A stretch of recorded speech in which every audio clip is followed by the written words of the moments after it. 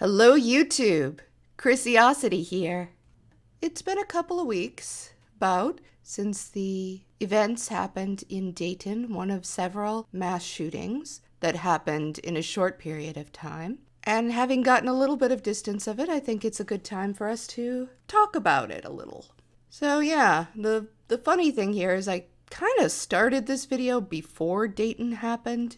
In a sense, I had started to write a script about how some leftists seem to have the wrong idea about the working class, or rather that they have an idea about us that is dated and out of touch. Probably in 1982, when my dad was working in the tire factory, their concerns about being too hard on sexual harassers or people who use discriminatory language being kind of a turnoff would be valid. But since nowadays workers all over are organizing strikes and lawsuits to protect themselves against sexual harassment and discrimination, we ought to be working in solidarity with that instead of worrying about the working class in our heads and what we think they want.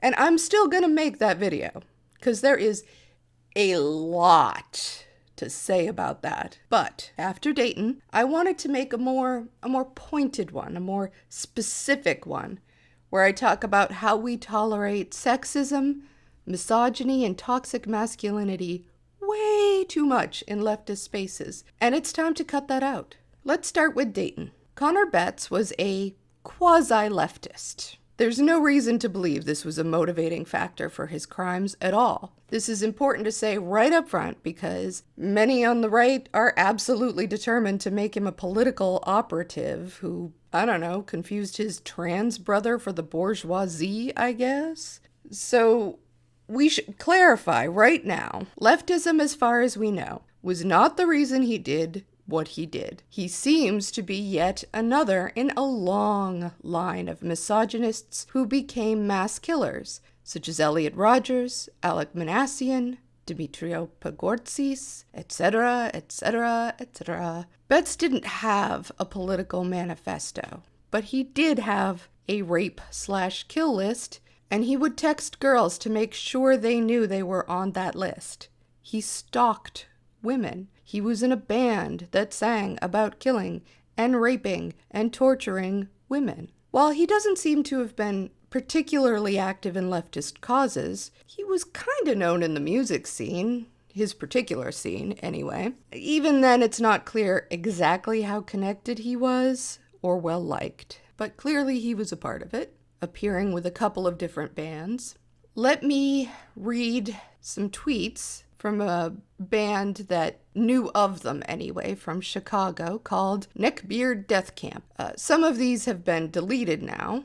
Oh, turns out the Dayton shooter was literally Connor fucking Betts. I don't know if I would use the term leftist to designate one of the dudes in Menstrual Munchies. Anti-fascist, sure, but not great with women. Just another dime a dozen Ohio grind dude who caped progressive politics while treating women like shit. And then later, they go on to say, I did not know Connor Betts personally, but the Midwest grind scene isn't large, and we spend a lot of time pushing porno grind out of Chicago DIY. For what it's worth, men who cape a hard line, quote, quote, quote, quote, quote, left politics, who still treat women like shit, are not exactly a new invention. It's a monumentally larger problem than just this one dude, and disassembling it requires more than just patting ourselves on the back for booting scene rapists from shows until they move to another city. I mean, he goes on, I'm not going to read everything, but Neckbeard here is right. Left-wing dudes who treat women like shit aren't new. Most any women or non-binary people that you meet can tell you all kinds of stories, and it's tiresome. And in case it's not clear, the music Betts sang is not the cause of his problems. He had them before he joined this scene. The issue is more complicated than that. But at the same time, it's not all that complicated. The art and music of a society exists within that society, created by and for people who live in that society, and it's obviously going to be influenced on multiple levels by institutional and personal socio-political factors. And art and music also influences back. That's what it's for. It's a two-way street, but influence isn't the same as compulsion. So let's not dig that straw man out of 2016, please. So people who watch this channel will know that I like to use historical examples that maybe we have a little bit of distance from, where we can talk about them a little less personally. And that doesn't mean that I am making any one-to-one comparisons or saying they're just the same or they're just as bad or anything like that. So please don't misunderstand. I'm just using examples to make my point clear. And today I'm going to reference minstrel shows, blackface, made in very racist times. And on some level, the racism there was simply a reflection of attitudes that people had. But it also served a purpose of maintaining a status quo of racism. It takes a lot to keep people down. It takes a lot to keep people believing huge lies. It takes maintenance to keep that lie up and to keep people believing in it. The fact is, it was meant to be taken as funny, or at least lighthearted for the white people. And in some ways that just makes it more gross, really. I'm sure they laughed hysterically many, many times, but the picture of that is not a pleasant one in retrospect. In the middle of a society where one group is violently subordinating another, there is no way for the more enfranchised group to punch down on the subordinated one and act like that has no meaning outside of just this one statement, just this one joke, just this one song. Of course it means something.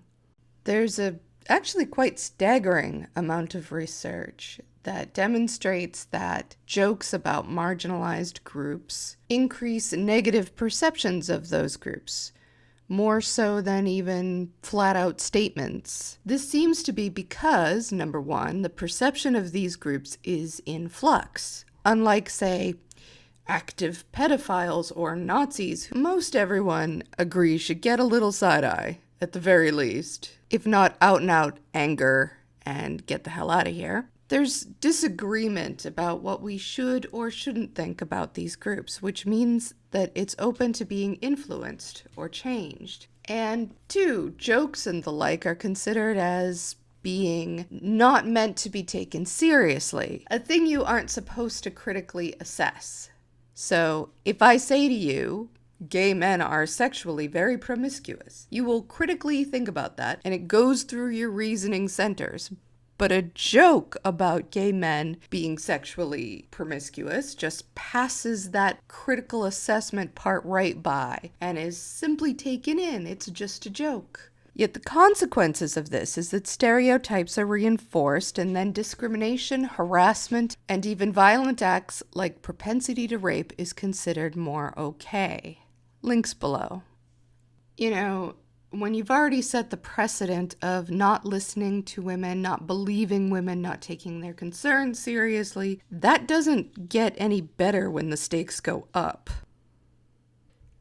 We live in a society where men commit acts of violence, including but not limited to rape and murder, of women far more often than the reverse. I'm not including non-binary people because I don't really have data on that. And I also want to be very clear that when I say this, I am cautious because I don't want to erase anyone's experience or make anyone feel like their personal experience, which may be outside of the norm, is any less terrible or any less valid in any way. It isn't. There are women who do terrible things. There are men who are victims. And that's something I absolutely understand. And here we're talking about society as a whole. So statistics and demographics and the differences that we see in different demographic groups are important to take note of. In this larger society, men singing about the joys of raping and murdering women to other men, mainly, getting together to, just the guys, to sing about raping teenagers, teenage girls, and cutting them up. Because it's funny. It's funny, right? That can't ever be just a joke or just a song. Sorry. It's not possible. That doesn't mean you can't make songs ever about those topics. Ethically speaking, I would say if you do, it's on you to have the awareness and intelligence to do so thoughtfully and be willing to accept criticism when you don't. But regardless of what you choose to do, you don't have any power to snap your fingers and make the rest of reality disappear, to put yourself in some vacuum where none of this other stuff that is going on, that is affecting people's lives every day in very dramatic and painful ways, is just gone and doesn't count anymore. So again, you're a man in a band singing to other men about raping women. It's entirely possible, if not likely, that some of the people in your audience some will personally identify with the rape victims. So that's going to leave a mark. That's going to hurt, but sure. But some of them are going to identify in very real and concrete ways with the rapists. And don't you fucking doubt that for a second. People don't sexually harass, assault, and rape people and then disappear from reality. That's not all they do all day. They watch TV. They go to see bands. You know? It is what it is. And all of this is existing in a culture that is often shitty and dismissive and victim-blaming of people who have experienced these types of violence, while being very concerned about those who've done them, as long as they're white. Let's put that caveat in. So far, we've talked only about really extreme and over-the-top examples of these sorts of things, and I can imagine people saying, well, yeah, if you're talking about blackface or songs about raping cheerleaders to death, sure, but let's not automatically equate that with more everyday casual humor. And that's a reasonable objection. In most of our communities, I've got to say, we haven't even reached the neckbeard death camp standard of getting rid of the shitheels in our midst. And I do hope we can officially call it that, the neckbeard death camp standard for shitheels. I should really check out their work someday. Maybe I'll link it if I can find something. Anyway, let's break down a typical yet hypothetical series of events. One I can definitely vouch for, as I've seen it and experienced it personally multiple times. Let's say we have a lefty dude. We'll call him, Bill. Lefty Bill likes to tell jokes and use some language, ironically, of course, that is kind of sexist to other dudes. And many of them find these jokes just a hoot, though others don't. And guess what? How sexist you are will have a lot to do with how funny these jokes seem. Links in the description. Anyway, Lefty Bill is starting to step on the nerves of some of the women and non-binary people around, and they start to speak up. But it doesn't go well. Though some are willing to stand by them, many of the men, especially, are not. Some of these men will calmly explain to the women and non-binary people why they are wrong, or divisive, or emotional. And others will explain it not nearly so calmly. This retaliation will not be called out for what it is, but anything the women do that is perceived as less than perfect will definitely be discussed ad nauseum, whether it has any relevance or not. Sometimes it does, sometimes it doesn't really matter. It's gonna come up. Whatever women can be found who are willing to prop up the men, and there are always some. Listen, though women and men have very different perceptions of these things overall, to the degree that some courts have developed a reasonable woman standard, as opposed to the reasonable person standard of deciding something is sexual harassment, just because the genders are so different in their attitudes to what is okay, there effectively is no reasonable person standard. Still, individual differences are individual differences, and they'll find the people who kind of sort of agree with them and use them as a shield for their behavior. And, nothing much happens, other than the people who came forward will probably take as big, if not bigger, a hit to their reputation as the people they call out, and it doesn't get fixed. This fear is always there. this concern that, if you let the women in the NBs set their own boundaries, this will somehow lead to disaster, Orwellian nightmares, and people in witch hunts and burning at stake, and I don't know what else, but, it's something horrible. And that by default means that cis men get to set the standards of how much abuse is okay from them to other people. And somehow this isn't as much of a worry, because I guess no way that could go wrong. I don't know. And it's pretty rare that you will hear from a dude that even though these sexist rape jokes don't bother him much, maybe he isn't the one to ask. Maybe that's not entirely a guy's call, because, it's not the guy's boundaries being violated, or it's not the guy who stands to lose. It's all based in who we really trust deep down, who's really going to be able to manage their shit and who isn't. This obviously applies to other forms of prejudice than the one we're focused on today, but I would invite everyone to consider why it's so scary that these marginalized groups, these people from these groups, might be the ones empowered to say when enough is enough, when it's gone too far. And yeah, when it comes to the outliers among those groups, sure, joke with them in private if you really want to. When it comes to making other people basically comfortable, we can make all kinds of concessions. I have a thyroid disorder. I'm always cold, but that doesn't mean I make everybody else suffer by jacking up the heat. And that's just normal behavior. But when it comes to stuff like this, when it comes to things that have real consequences for people, we can't make these concessions. We can't do anything. We're just like, I don't know, it's giving into tyranny. Sometimes I wonder what would happen if we allowed ourselves to create an environment based in mutual respect and empathy that positively sought out ways to empower people and create solidarity for one another's struggles, instead of debating as to the exact level of misogyny, racism, ableism, and all of that we should be okay with. Sometimes I'm a dreamer. What are you going to do?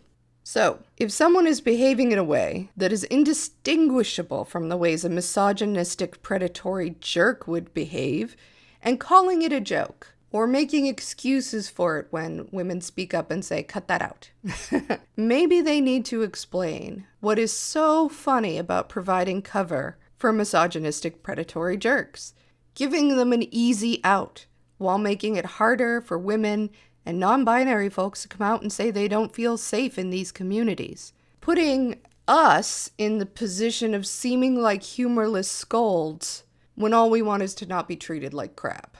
All we want is to say no to abusiveness.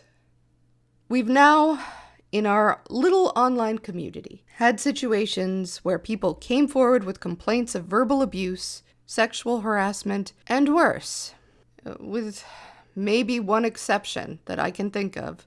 It's all gone very crappy. It has not gone well. We've not done an awesome job. We've got a lot of work to do. But yet we aren't having a public conversation of why this is and how we can do better.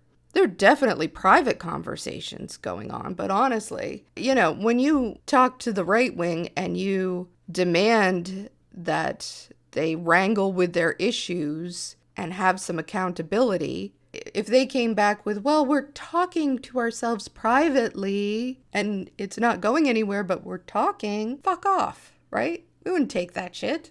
And, let's hold ourselves to at least that very minimal standard. We want to create a new way of doing society together on a global scale. We're telling people that we have a better, kinder, more equitable way to do this thing, this society thing that we do.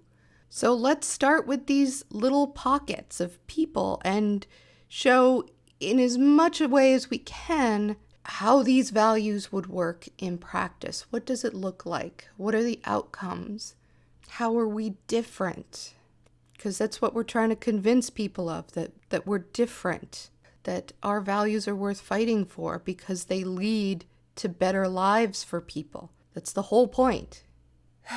So, I'm inviting people to have that conversation now and to have it with some transparency and with some accountability. I will certainly continue to discuss it on my channel. In particular, I would like to invite people to talk about their experiences with these issues in my comment section, if they feel safe and comfortable doing so.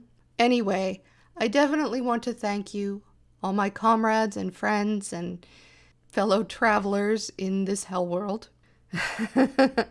And in particular, I really want to thank my patrons, because I appreciate so much people who are willing to give a little something they don't have to give, and yet they do it anyway, and I think it's wonderful, and I am truly grateful. So, to read them: A Wingless Monkey, Andre Rodriguez, Brad Savvy, Bruce Bartup, Charlie Malone, Culture Shots, David Perry, Dr. K.M. Winters, Electric Robin, Heather N. Alton, or is it Alton?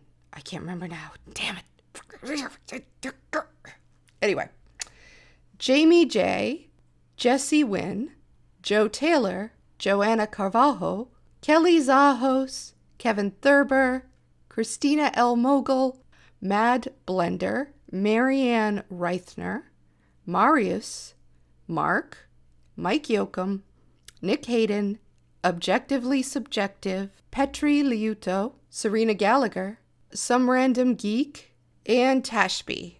Thank you all so much. You're awesome. I love you. Mwah.